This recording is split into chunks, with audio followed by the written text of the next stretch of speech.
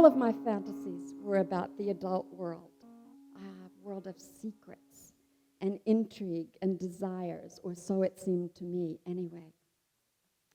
I was so curious and so in need of information. I looked up sex in the World Book Encyclopedia, but all I found were overlays of flowering plants.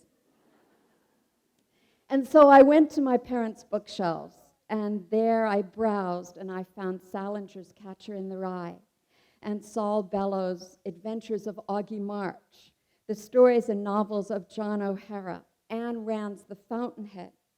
And these books, even though I can't have understood them very well, but they gave me a glimpse into that secret world of adults.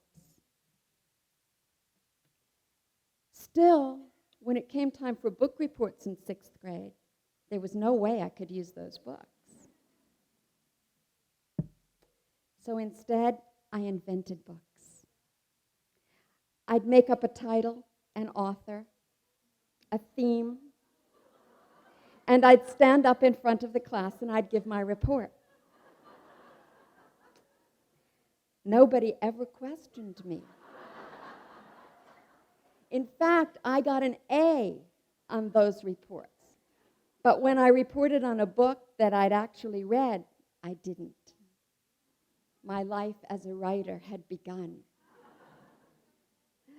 Kids want to know if I always wanted to be a writer, and they can't believe it when I say never. I mean, growing up in the 50s in Elizabeth, New Jersey, I didn't even know it was a possibility. Writers were people who were dead. That's what I thought. But as it turns out, there must have been something in the water in Elizabeth, because it produced quite a few writers. I don't know if any of you remember Mickey Spillane.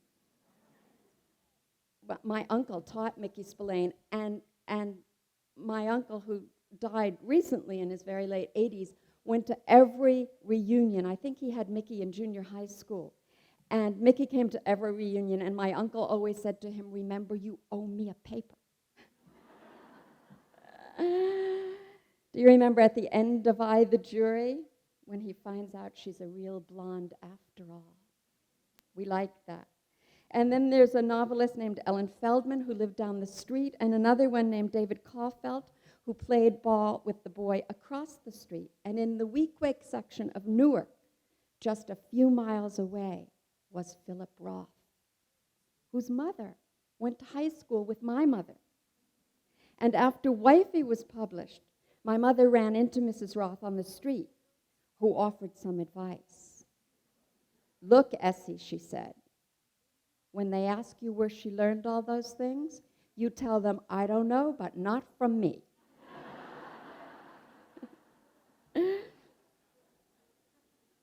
So while I may not have thought of becoming a writer, I always had stories inside my head. They were there as far back as I can remember. I never shared them. I never wrote them down. I'd just bounce my pink Spalding ball across against the, brick wall of the house, and there they were. They were there. I would stand out there for hours. I wonder what my mother thought I was doing all those hours, bouncing that ball against the house. And my stories inside my head, they were not sweet little stories about animals or good children. They were hard-hitting stories of the real world as seen through the eyes of a 9-year-old. I had a lot of imagination then. My husband and grown children will tell you that I still do, that I have too much imagination, and that this makes my life difficult. But my 5-year-old grandson, he doesn't think I have too much imagination. He understands. If it's true that we write best about what we know best, what I knew best when I began to write was the world of the child.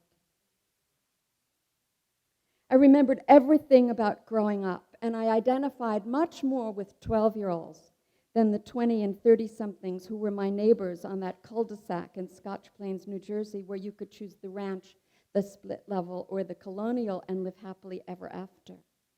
Kids made more sense to me than the adults I knew. At 12, everything still seemed possible. Everything was fresh, new, and exciting. At 27, I felt it was over. I felt this was going to be it. This was my life. Is it any wonder I was sick a lot with exotic viruses and strange rashes and fevers and infections? Until I began to write, and then my illnesses magically disappeared. Writing saved me through the worst times of my life, through the worst years. No matter how bad it was, no matter how things were falling apart, I could still write.